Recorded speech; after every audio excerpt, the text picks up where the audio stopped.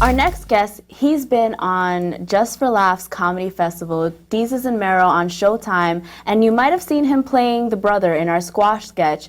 Please welcome my friend, Usama Siddiquee. Thank you for being here. Zubi, you're on show. You're on show. Usama, thank you for being here today. My girl, I gotta say yes to you. I know, you have honestly been so supportive of me. Like, every little thing that I've done, you've been in. Yeah, because I remember when I met you on the side of the road and with nothing. And I was like, I'm gonna raise this kid. Let's get into the interview part. This was so fun. There was a whole, sorry.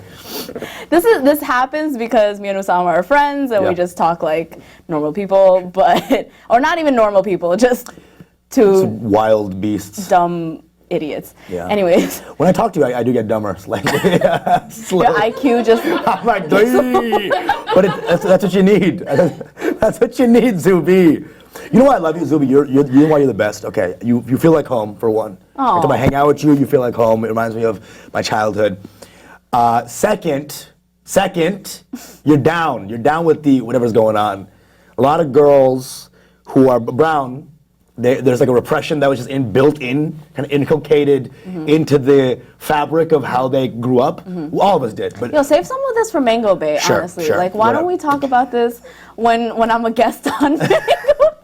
That's what it is, right? It's like we all get repressed because it's like not play the party line, right? Yeah. And you're one of the few people that I've met that's a Bengali girl who proudly does not play the party line. Yeah. You know, who proudly refutes it and proudly. I'm so proud to be Bengali. It's Freudian slip, you know, that's what I'm thinking about. But cut that out, please. We're cutting this interview out completely. But you're just someone who is just like, you live volitionally. You live based on what you want to do. And there might be some like you feeling the burn of the brownness, right? Yeah, of course. But you. And I think that we all feel that because you almost went to med school. So can we talk about how you took the MCATs, got into med school, and said no to all of that, and came to New York to do comedy? What happened there? What was that switch that made that happen? Because I'll tell you what, like, Bengalis, they have that mentality, like, I'm going to leave all of this and do what I love. Sure. But they don't act on it. Sure. So it's really rare to see what you did. Sure. I'd say Bengali thing is also like a human thing, too. It is. We're all scared. Yes, that's true. Bengalis really hit it hard. Yeah. You know? Yeah. But the guilt hits very hard. The guilt hits very hard, right? Yeah, it's not even just guilt. Yeah. It's like guilt, shame. It's like it's a nice little cocktail of. You'll be like, hey mom, I want to do comedy, and she's like, you want to kill me? Is that what you want, huh? You want me to die? It's like, so now they make it about their health. Yeah. Which is nefarious and genius. Yeah, you know? Absolutely. I catch myself doing that to my sister sometimes. Oh, I really do. Yeah, what do you say? I'm just like, you didn't make the bed because you want me to die? You love the idea of me having diabetes. Type 1 and 2 and 3. You want to invent a new diabetes for me. That's what you want. Because you didn't make the bed this morning. Why did you do that? Yes. Yeah. So I think it was there. That idea was there in my brain. Yeah. I was like very scared. Yeah. My parents. But that's why I didn't tell them. I didn't tell them until the very last moment. I was like, it was a week before I was supposed to leave to med school. So I was like, that week was like the Wait, so you put down a deposit? No, did not. You didn't put down. You don't have to pay until the end of that semester. Oh yeah. So the first semester is when you have the first. Okay. You know what I'm saying? Yeah. So I just delayed that whole payment process. Okay. Was gonna ship out. Said week before, I was like, Mom and Dad, I'm not gonna do med school. I'm gonna do comedy. Wow. And they were like, no. They were like, what? Excuse me? Do you want?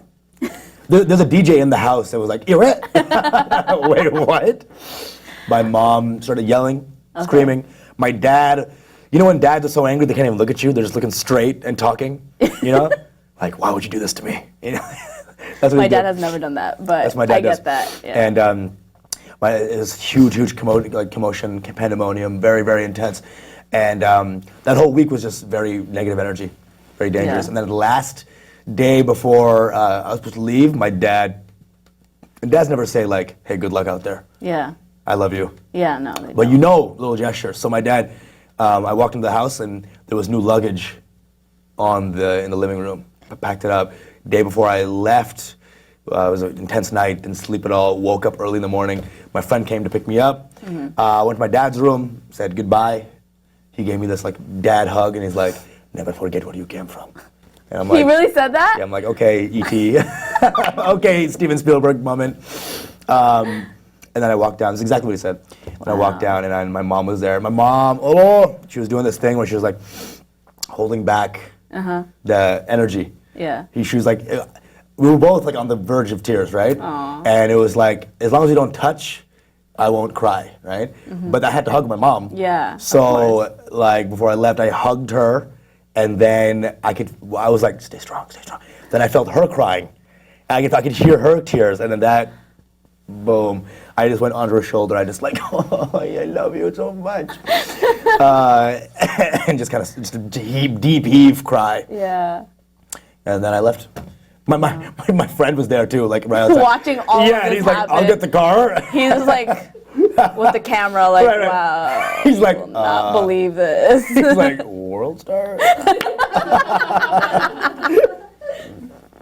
That's awesome. So you mentioned your mom. I know you're very close to your mom. Love my mom. Love her to death. She's your mother, Nargis. She's the best. Nargis auntie, I should say.